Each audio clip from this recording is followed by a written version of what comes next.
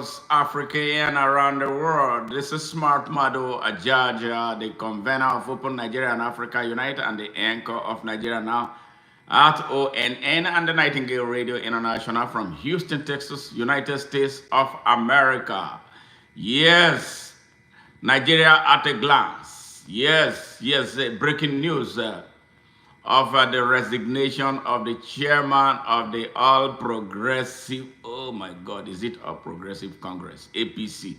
Yes, the political party that is holding Nigeria hostage. I will say, like I had always said, the biggest terrorist organization in Africa, fronting as a political party in Nigeria. Its national chairman, Dr. Ganduje, two-time governor of Kano State, resigned with immediate effect yesterday. Yes, and there are a lot of controversies trailing the resignation and the immediacy associated with it. He gave, according to insiders, the reason he advanced was his failing health. But more stories are coming about what is taking place. Nigeria is at a serious, very dangerous crossroads. Well, if you are joining us for the very first time, please, we do appreciate your presence here and ask that you subscribe to our channel and share this message to as many people as is possible, and especially Nigerians and Africans. And because of the strategic position Nigeria occupies in the world and with special interest in Africa, yeah, Nigeria is a big story, even though the tragedy of leadership has diminished the stature of Nigeria for a very long time. Well, we are heading in a direction. Very debatable direction. Yeah, especially with the state of insecurity in the country, hunger, the crashed economy, the failed healthcare delivery system, failed infrastructure, failed educational system, failed social justice system, failed everything in Nigeria. Yes, the country is at a deadly crossroad. How are we going to move? And in the middle of all this, some people are thinking that it's business as usual. But I am telling them that it's not business as usual. Yes, a lot of political machination, alignment, realignment, and formation of coalition, some very deadly coalition driven by terrorism, and those who do not want to give up power, those who think that it's their birthright to hold Nigeria hostage, they have been doing so.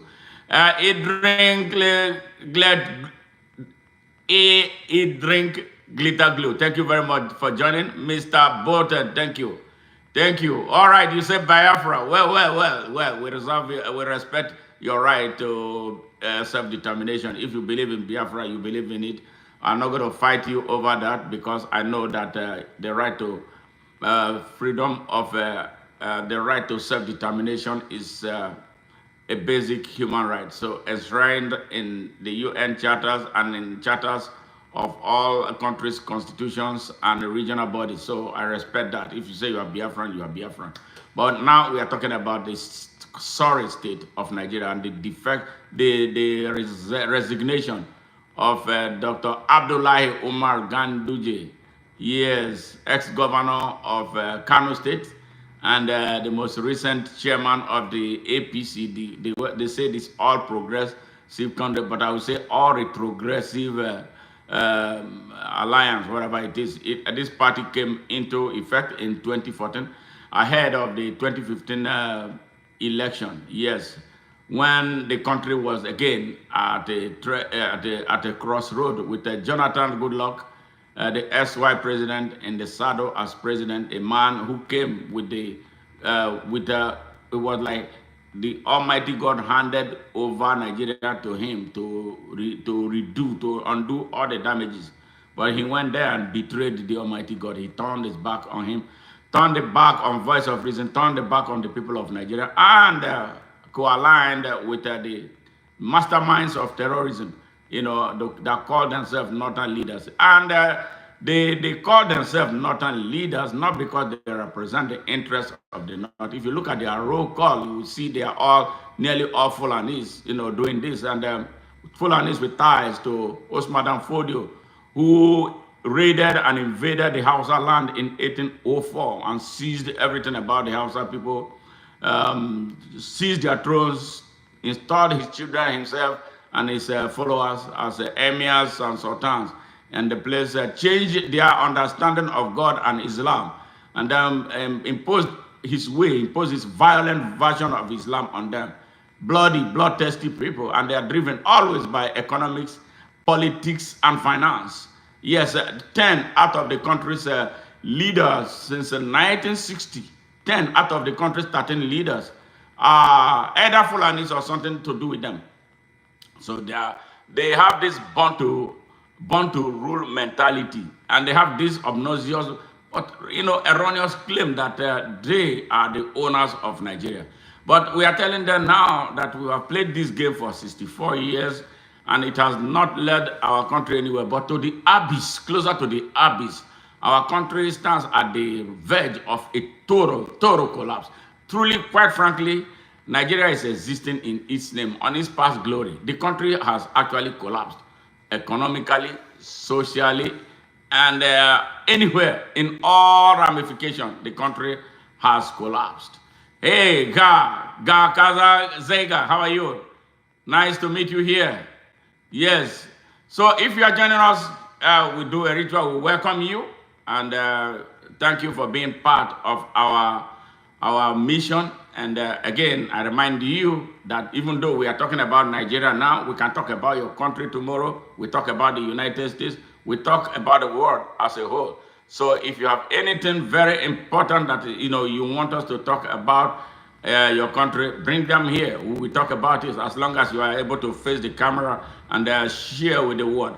Ours is a global movement. So that is exactly what we represent. And what we represent is global peace, global security, and global stability, prosperity, and progress. That is what we're about. So ONN is a global movement. So you are welcome to the movement. Feel free and feel safe to mingle. Just all we do is here, we show respect for one another. We do things in manner that does not violate the basic human rights of others.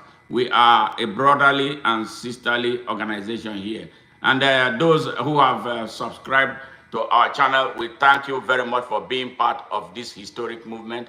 And then for those who want to deepen their relationship with us, we ask that you join our membership and support us the best way you can, so we can expand our mission and expand our message and share with the world and embrace the world. And then do things in a manner that we can build a world that can be devoid of hate, mischief, jealousy, bigotry, and hypocrisy. So that is why. And you know what? I'm a Rasta man too.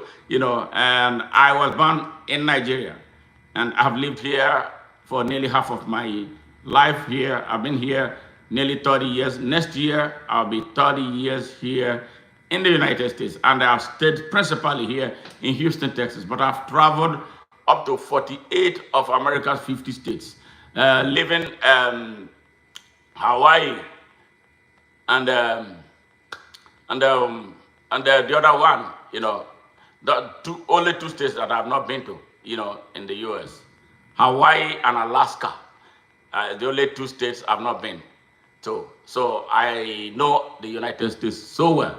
I have been on the roads across the U.S. I've driven over 1 million miles, around this country. So, and I know the behavior, I know the culture, I know the attitude nearly everywhere. I've been on the roads, I've been, everywhere in this country. There's hardly anywhere I've not touched. So I am versed, and I love this country for the opportunity it has given to me to express myself the way I would never have had the opportunity of doing if I were in Nigeria, looking at the way Nigeria is run. Jim Crow system, they say is democracy.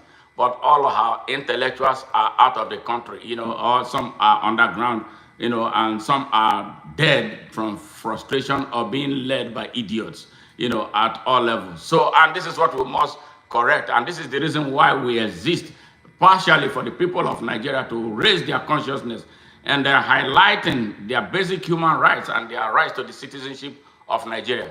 Thank you very much, Diaz. A peaceful space up above. Thank you very much. Ramon Ortiz, we appreciate you. May God bless the world. Yes, always. Thank you, thank you. Different years, experience, cultures. Yes. What's up, black man? Yeah, I'm very proud to be a black man.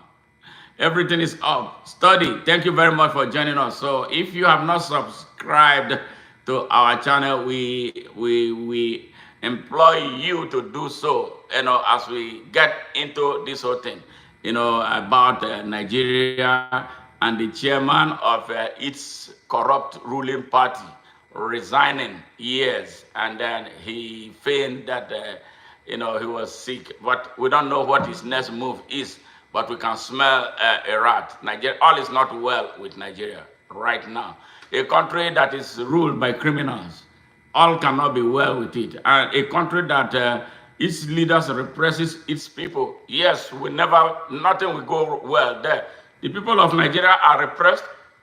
They are scared of speaking up. They are afraid of a gathering because they use the army to crush them. They use the police to crush them. They use the DSS to crush them. They use all kinds of thugs and terrorists to crush them. Yes, as we speak right now, I am a die-hard Nigerian patriot. I am a Pan-Africanist. Yes, Khalid Abdul El Latif, thank you very much. How are you? Thank you for joining. We appreciate you. I'm doing pretty good. I hope you're doing well too. So if you just joining us for the very first time, please, I would love for you to subscribe to our channel, share this message, invite more people to come. If you are a Nigerian,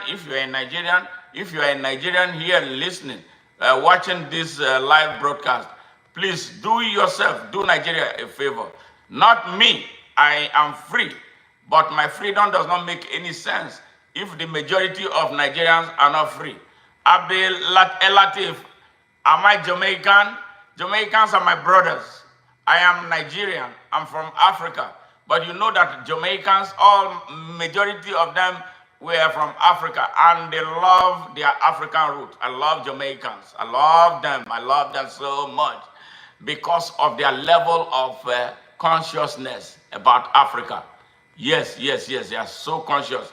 Jamaicans, the Caribbeans, black people in the Caribbean, the West, are so conscious about Africa. This is what makes me feel so sad about some of us in Africa who do not understand what is taking place. But Africans who are outside Africa are so conscious, and they are doing everything. In fact, I have a friend, a brother in Jamaica. He's working on a Pan-African movement. Hopefully by next summer, I will take to the world and travel the world. We'll be meeting them one after the other. Love from Iran. Okay, thank you very much. All right, Syed Umar.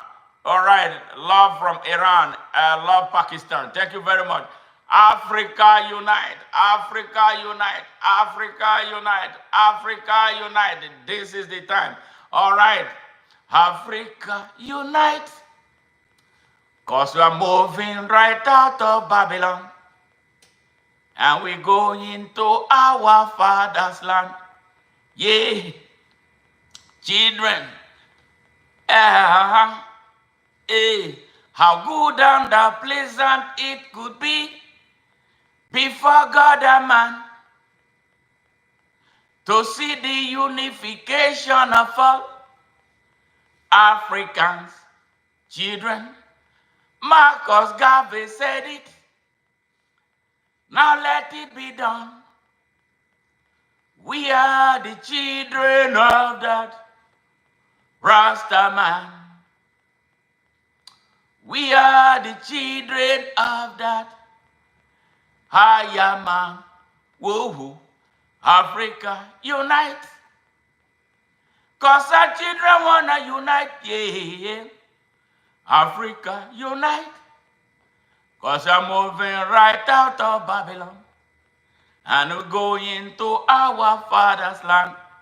Yeah. How good and how pleasant it could be before God and man to see the unification of a Rasta man. Has this been said already? Let it be done. Ooh. I know you know who we are under the sun. Children, we are the children of that Rasta man. We are the children of that higher man. Woo-hoo. Africa, unite. Africa, unite, yeah. Unite for the benefit of your people, because we're moving right out of Babylon. Unite for the benefit of your children. We're moving right out of Babylon. Hey, Africa, unite. Africa, unite, yeah. Yes, Africa, unite. Africa, unite. Yeah, Rastafari, ever living, ever mighty, ever sure. Rastafari. Yes, he said, I wish Bob Marley still with us. Also, Peter Tosh and Bonnie Wellers. Yes, you know what?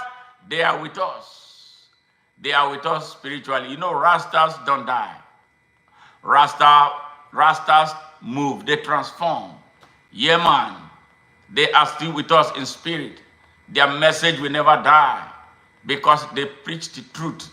Rasta is about the truth. Rasta, what does it take to be a Rasta? Somebody sent me a message yesterday. Okay, let me use this opportunity to address that. What does it take to be a Rasta? Rasta is love. Rasta is truth. Yes, you must be prepared to speak the truth at all times and not when it is convenient for you. Yeah, man, that is where it is. So if you are a Rasta, to be a Rasta, you must be free from and of hate, mischief, jealousy, bigotry, hypocrisy, racism, tribalism, nepotism, and corruption. Yes, Rastas fight for justice. Rastas fight with clean hands. Rastas treat others like brothers and sisters. We don't discriminate based on your race. We don't care what your race is. We don't care about what your religion is. We see you as Jah's creation. And that is why Rastas get along with everybody. You never see them hurting. You never see them beating down anybody. You never see a Rasta killing fellow human beings. No.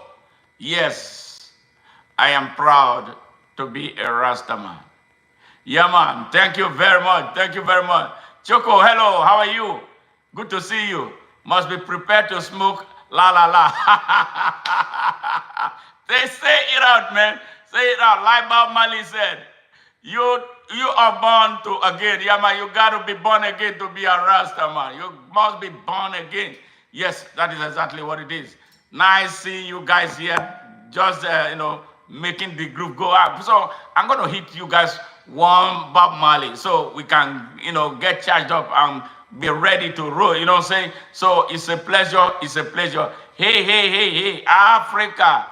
Yes, Jihad Saad. All right, Michael Abiodun, thank you. Love from Jamaican Wagon. Raskimono, yeah, Raskimono was good. Nigerian Raskimono, great. So also Majek Fashek, yes, and a whole slot of them. Yes, wow, world unity, world peace, global prosperity. Yes, no more war, no bombing, no invasion. Rastas don't support invasion. Rastas don't support apartheid.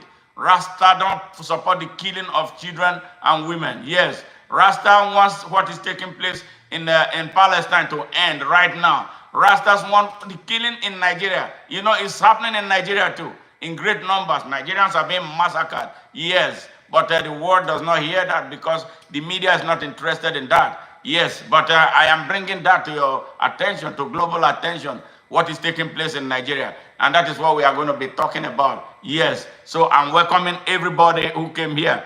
I am so happy to be here, with you.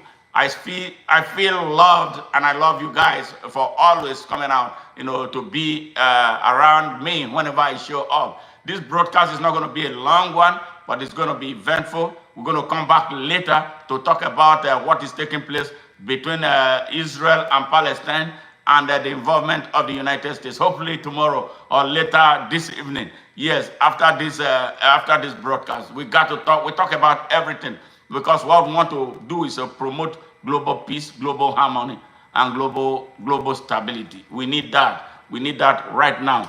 Thank you very much. El Abdi, say you are from Egypt. All right. How is it? Are you in Cairo or where? In Alexandria? Yes, I've been to Cairo once a long time ago. It was a very, very beautiful experience, and a very beautiful city too. Yes. All right. So what we are talking about is about the madness going on in Nigeria. Nigeria is Africa's most populous country. Nigeria has the highest concentration of the black man. Over 250 million black people live in Nigeria. Nigeria at independence was called the giant of Africa.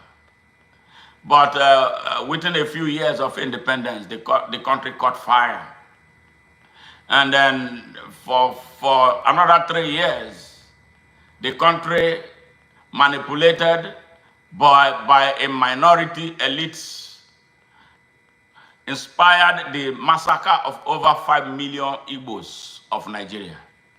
They were treated as if they were aliens to Nigeria, but they are aboriginal Nigerians. Since then, Nigeria has not known peace.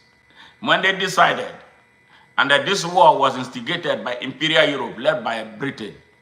Yes, Britain, they said, was the colonial. I don't recognize them as my colonial anything. They just came, jumped on our land and took advantage of it. Exploited our people, lied to our people about God. They told them to look God upstairs. They were digging our minerals from below. They were surveying our country. They exploited the country, used it to build London, used our country's resources like they use other parts of Africa to build Portugal. They built France. They built Germany. They built everywhere in Europe, and including building the United States off of the resources and the back of the black man. Now, they don't want the black man to be free. Yes, they don't want the black man to be free. You see what I'm saying?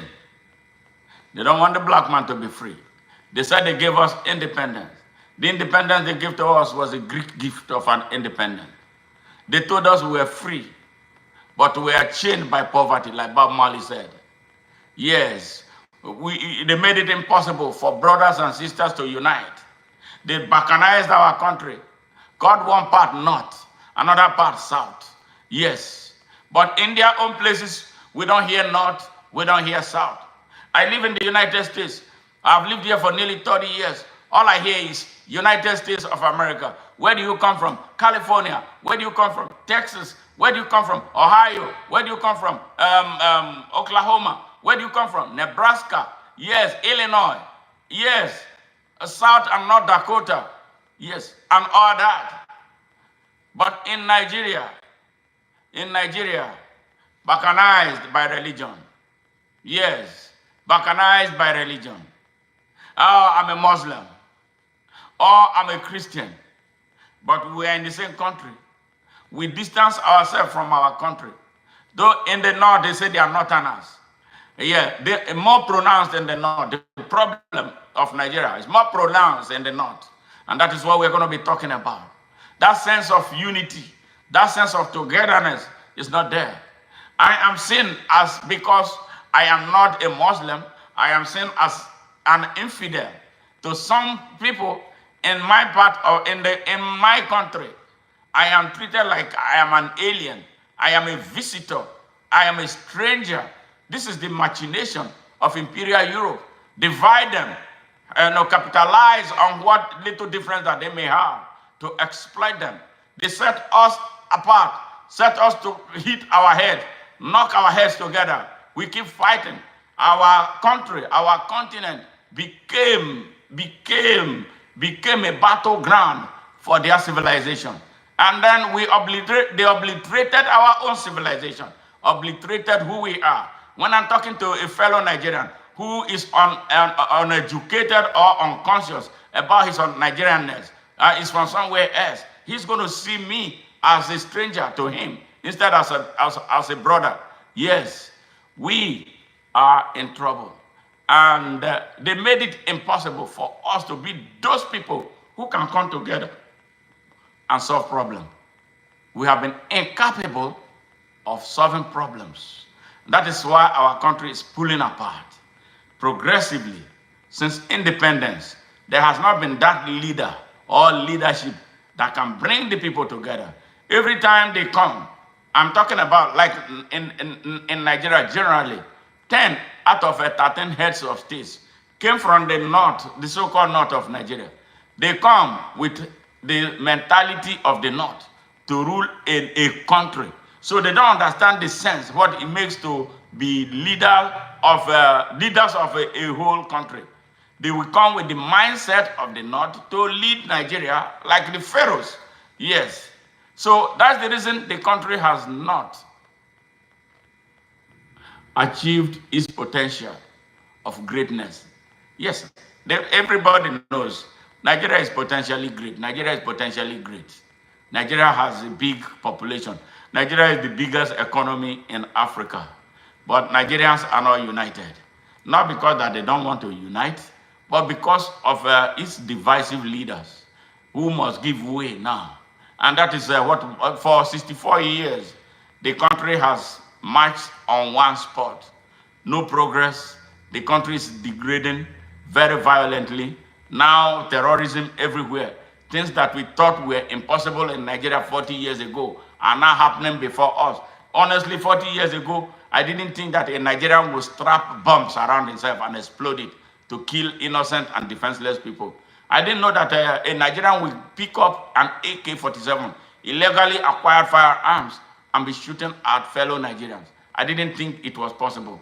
But right now, it's happening everywhere. I didn't think that Nigerians would conjecture the idea of one small group trying to overpower and overrun the whole country. But it's happening where we are.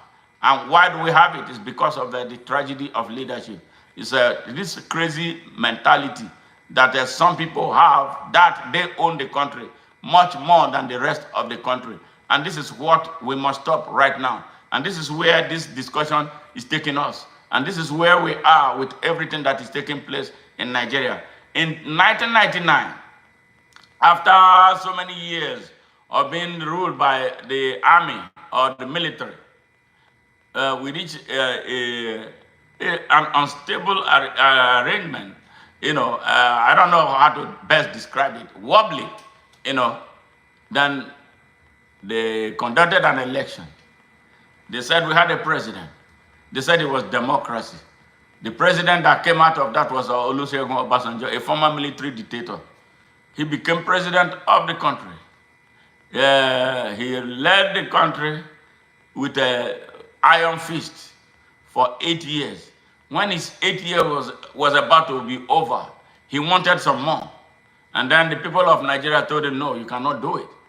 Then he left, and then a man who was sick, was put in position as the president of Nigeria. Within 2 years, he became so sick, and he died. When he died, it became a big politics. Constitutionally, when a president dies, who takes over? In countries around the world, I know about the United States.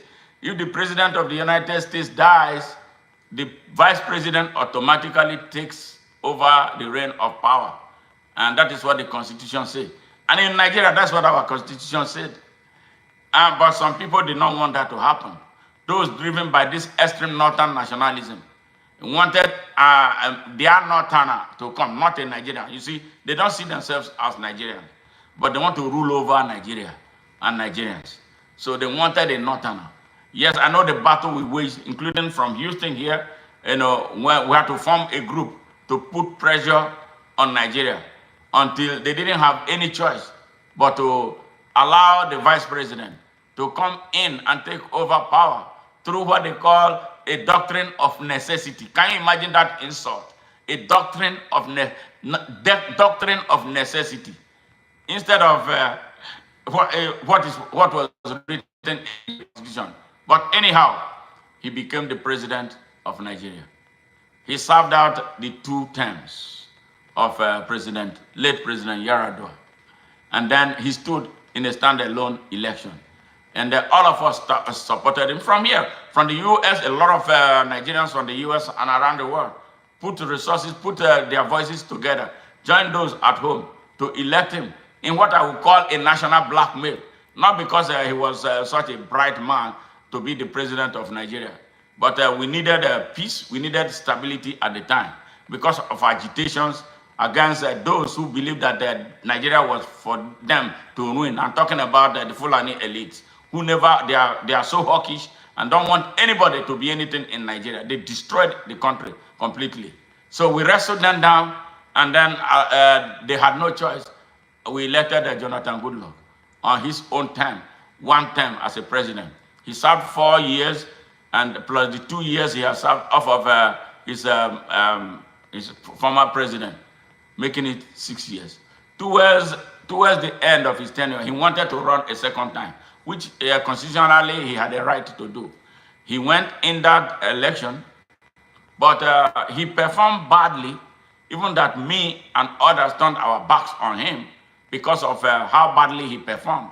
The country was being taken over as it is today by terrorists. Boko Haram was raging in the northeast. In fact, they seized the entire northeast of Nigeria and hoisted their flags there. That they were proclaiming a country, yes, in the northeast of Nigeria. Then the election came. Those who mastermind the terrorism came knowing fully well that their time of abusing and manipulating Nigeria was over. They're always coming out with a new game, always with something new coming out, like they are coming out today. I'm going to talk about what they are coming out with today. So, they told him that if he wanted their support, he should fire the chairman of the Nigerian Population Commission. And why did they want him fired? This hypocrite said that the man was the chairman of Nigerian Brewing Company, MBL, Nigerian Brewing Company Limited. All right? These hypocrites who come in the name of Allah, they come in the name of the North, told Jonathan Goodluck to remove him from his position. And that if he removed him from his position as the chairman of the National Population Commission, they will back him and then bring the votes from their north to help him win a second term. Because they rule the people in the north of Nigeria through a feudal system, the feudalistic oligarchy, where one man, they call Sultan, we speak for the millions of Nigerians in the north of Nigeria. Now, as I ask you, where is democracy there? The people there have no right to speak. They have no right to question. They have no right to freedom of expression. They have no right to freedom of association with fellow Nigerians from other parts of Nigeria. They have no right to self-determination. They have no right to worship unless what they are asked to worship. And they want that status quo maintained. Because out of those people, they build the army with which they blackmail and intimidate Nigeria. An army of mostly uneducated people. As we speak, over 30 million children between the ages of 6 and 15 are on the streets of the north of Nigeria, begging for arms instead of being in classrooms to learn how to be better people. They don't want them to be better. They want to keep them poor so that they'll be easy for them to manipulate. They make them most vulnerable. They make them most ignorant. They weaponize them with poverty. And they teach them wrong Islamic doctrine of hate and intolerance. That is what they have been using to keep Nigeria retarded, to keep Nigeria static, to keep Nigeria from not growing and developing, to keep Nigeria from not progressing and prospering, to keep Nigeria most insecure and disunited. Yes, that is what the elites that call themselves northern leaders, mostly Fulani elites, with ties to the violent Osman and Fodio Islamic ideology. Yes, those who destroyed the Hausa people, took their lands, took their thrones, subjugated them for a total of, as we speak, 221 years. They are a miniature minority in Nigeria, but they control Nigeria. They hide behind the massive population of the Hausas in the north, whom they mislead that they are one and the same in Islam. And they foolishly believe them, until most recently now that some of them started asking questions. The Hausa man is a very good man. He's a very peaceful man. He's a non-violent man.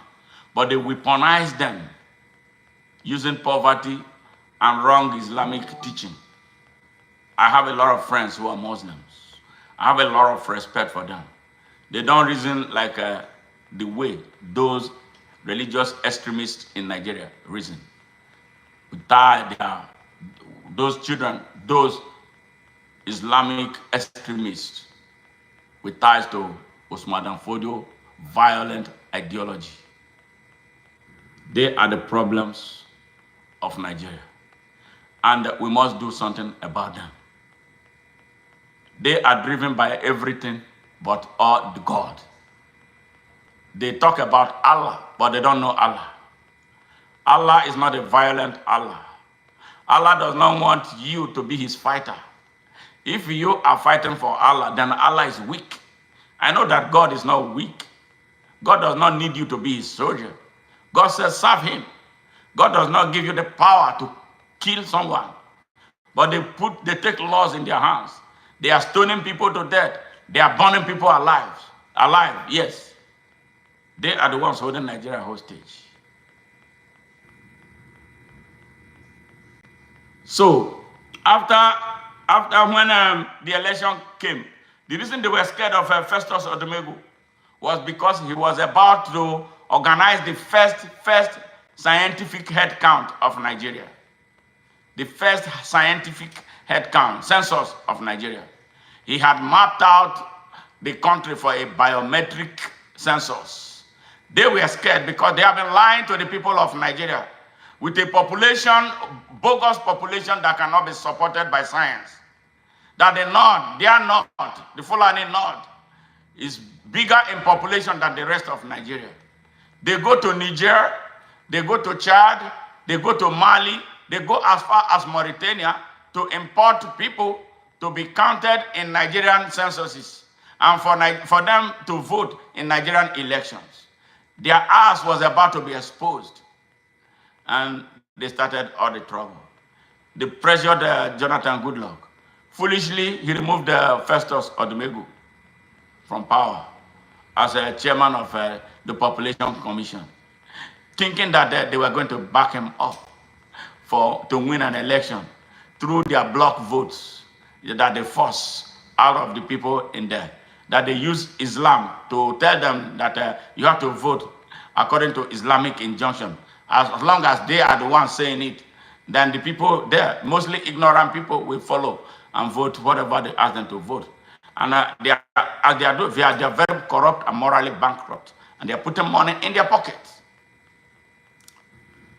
So Jonathan Goodluck, as naive as he was, didn't know what these people had up their sleeve. They already positioned Buhari, the grand commander of Boko Haram, a terrorist, as the next president. That was their presidential candidate. When the time came, Buhari was declared winner. And because of Jonathan's poor performance, he wasted all his time servicing these criminals instead of working for the people of Nigeria. If he had done what he was supposed to do, he didn't need to be campaigning. If his work was solid on the ground, he didn't need to be campaigning. So he lost that election. And then Buhari took over. Buhari ransacked the country. Terrorists took over. His entire cabinet was populated by the masterminds of terrorism in Nigeria. That was how terrorism took over Nigeria. For 8 years, Buhari ruined the Nigerian armed forces. He populated the command and control infrastructure of the Nigerian military with terrorists. That is why today the Nigerian armed forces cannot fight. They can't fight. They don't even they don't know who is who anymore. Just 2 days ago, a young man from the army who got frustrated reported one of the general officer commanding, Major E.A.E. Abubakar. He reported him as a compromised, high-profile military commander because he's a Fulani. One of those aiding and abetting the Fulani terrorists, ransacking Nigeria. We are still waiting today for action against him. We are still waiting for him to be investigated. And I am telling you that is going to perhaps not happen. Because these rogue Fulanis have given themselves some kind of immunity against prosecution in Nigeria. Any position that they occupy, they destroy everything there. They steal all the money. The biggest thieves in Nigeria are these people. So I'm about to conclude this discussion. Let's go back to Umar Ganduje, the man who just resigned as APC's national chairman. They call it All Progressive Congress, but they are all terrorist Congress. All the masterminds of terrorism in Nigeria are found in that party. So he resigned, citing health reasons. But we are beginning to piece information together. All right? There is a man they call Rabi Kwankwaso, who was also a former governor of Kano State. That the party, in its desperation to win an election that I do not approve of, I don't want to see 2027 politically in Nigeria. I want a revolution now, today, starting right now. Because politicians cannot solve Nigeria's problem. They can't solve the same problem that they created. They lack the intellect. Nigerian politicians are thieves. All, no, without exception. They are all rogues. Rogues cannot solve Nigeria's problems. The people of Nigeria must rise up against them and do what they must do to send all of them packing, break down the Nigerian system, and we start building the country from scratch again. Yes, with fairness and justice. So there is a rumbling in the presidency and the party echelon at its highest level. So the Ganduje, I guess, is a victim of a power play that is taking place, not what he reported. Yes. Then the same thing is happening to the rogue vice president, the terrorist vice president, in whose house the bombers of the United Nations building was arrested in 2011. Can you see what Nigerians are dealing with? Terrorists all over. The president is a drug dealer, certificate forger, and an identity thief. Prosecuted successfully here in the United States, found guilty and was made to pay a restitution of nearly 500,000 US dollars before he was asked to leave the country. His vice president is a terrorist with ties to Boko Haram. His minister of defense is a bandit, a terrorist, who quartered terrorists in the government house for 8 years that he was governor, and was buying operational vehicles for them to kill, rob, rape, and maim Nigerians in the fight for the gold that was discovered in Zamfara state. This is the sorry state of Nigeria. We can't continue that country that way. And this is why we are calling the people of Nigeria, set your hunger aside, because the Nigerians claim that they are so hungry. That is why they sell their votes. You know, it's so sad to see Nigerians, instead of reacting, they are aligning with their oppressors. Stockholm syndrome has destroyed the mentality of our people in Nigeria. So the power play in the political party called APC, the biggest terrorist organization. Yes, the biggest terrorist organization operating as a political party in Nigeria. That's the APC. So the fallout of the power play was what forced Umar Ganduje to resign his position with immediate effect yesterday. So his next move is what we are looking up to. Yes, so this is the update of what is taking place in Nigeria. The country is not at ease, no longer at ease. Yes, was Chinua Achebe's book. No longer at ease. The country is divided so badly. The army is in disarray. Nobody knows what is going to happen. And this is the time the people of Nigeria must take stock and be decisive with their action. Some people are building a coalition of terrorism, known masterminds of terrorism and banditry in Nigeria, led by Atiku Abubakar, Rufai, and the rest of them, building a coalition. They brought this evil man to power. Something happened between them that they are not telling us. It's about power. It's about money. It's about the control of the people. And it's not about serving the country and its people. It's about stealing. The sharing formula is not jiving. And they want to set the country ablaze. Nigerians, will you allow them? This is a choice that we must make. It's either we rise up and save that country, or all of us will be smoked out. I would prefer that the country be saved and put in the hands of those who truly love the country, those who want to build a country, and not those who want to tear it apart for their selfish economic gains. I welcome you guys, and I thank you for being part of this, and look forward to seeing you in our next stream, which is going to be hopefully about the United States. I hope something not present comes again from Nigeria, because today this was not the original message that I wanted to deliver. This became so pressing because national security is involved. The Nigerian people are uncertain about what the next minute is going to provide for them. People are being kidnapped left, right, and center. Women are being raped. Children are being carted away in bus load from schools. And nobody is ever held accountable. 2 weeks ago, over 300 people were massacred in Benue State. No one person was arrested for prosecution. The week before that, over 300. So this is what we have been seeing. Our law enforcement agencies have all vanished. Everything has come crashing. Nigerians are now like, oh, to your tent, oh, Israel. Our people are being massacred in an unprecedented manner. Yes. They are talking about Gaza. You need to go to Nigeria to see what is taking place.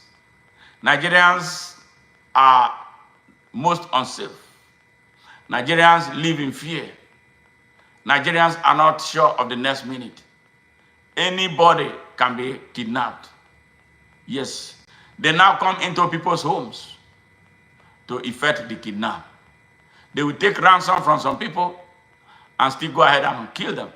sell their body parts. This is the sorry state of Nigeria. I love you guys, and I thank you again for being part of this.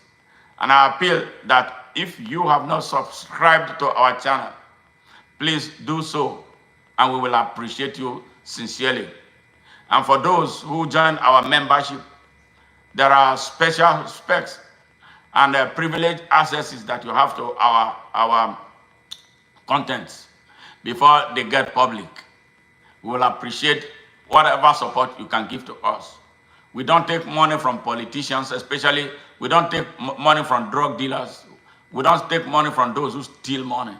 We seek the support of the sincere and the honest, so that when you support us by giving us special thanks of any amount or whatever you want to do to help us advance the cause of our mission, we'll be very much at peace that we are doing the right thing. Take care, and God bless you. I love you guys. See you in my next stream. Bye for now.